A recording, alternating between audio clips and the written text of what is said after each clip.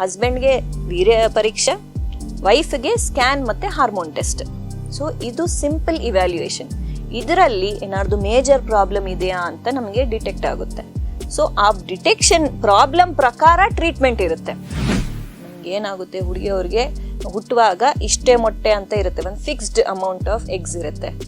Age ಹೇಗೆ ಹೆಚ್ಚಾಗ್ತಾ ಇರುತ್ತೆ ಹಾಗಾಗಿ ಮೊಟ್ಟೆಗಳ ಸಂಖ್ಯೆ ಮತ್ತು ಕ್ವಾಲಿಟಿನೂ ಕಡಿಮೆ ಆಗುತ್ತೆ. ಸೊ ಅದಕ್ಕೆ ಏಜ್ ಅನ್ನೋದು ತುಂಬ ಇಂಪಾರ್ಟೆಂಟ್. ತಿಂಗಳ ಕರೆಕ್ಟಾಗಿ ಪೀರಿಯಡ್ ಆಗ್ತಾ ಇದೆ ಅಂದರೆ ಈ ಟೈಮ್ನಲ್ಲಿ ಅವರು ಸೇರಿದರೆ ಅವ್ರದ್ದು ಚಾನ್ಸಸ್ ಜಾಸ್ತಿ ಇರುತ್ತೆ.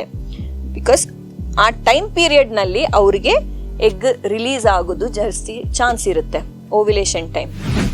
ನ್ಯಾಚುರಲ್ ಆಗಿ ಏನಾದ್ರು ನಿಮ್ಮಿಬ್ಬರು ಜೀನ್ಸ್ನಲ್ಲಿ ಏನಾದ್ರು ಪ್ರಾಬ್ಲಮ್ ಇದೆ ಅಂದರೆ ಅದನ್ನ ಬರುತ್ತೆ, ಬಿಕಾಸ್ ಅದು ನಿಮ್ಮದೇ ಮೊಟ್ಟೆ ನಿಮ್ಮದೇ ಕಣ. ಬಟ್ ಮೇಜರ್ ಇಶ್ಯೂಸ್ ಏನಾದ್ರು ಇದೆಯಾ ಅಂತ ನಾವು ನೋಡಿ, ಗುಡ್ ಲುಕಿಂಗ್, ಚೆನ್ನಾಗಿ ಅದು ಕಾಣಿಸ್ತಾ ಇದೆ, ಅಬ್ನಾರ್ಮಲ್ ಆಗಿ ಇಲ್ಲ ಅನ್ನೋದು ಒಳ್ಳೆ ಎಂಬ್ರಿಯೋನ ನಾವು ಹಾಕ್ತೀವಿ. ಕಾಂಪ್ಲಿಕೇಶನ್ ತುಂಬ ಇರ್ತಾ ಇದರಲ್ಲಿ.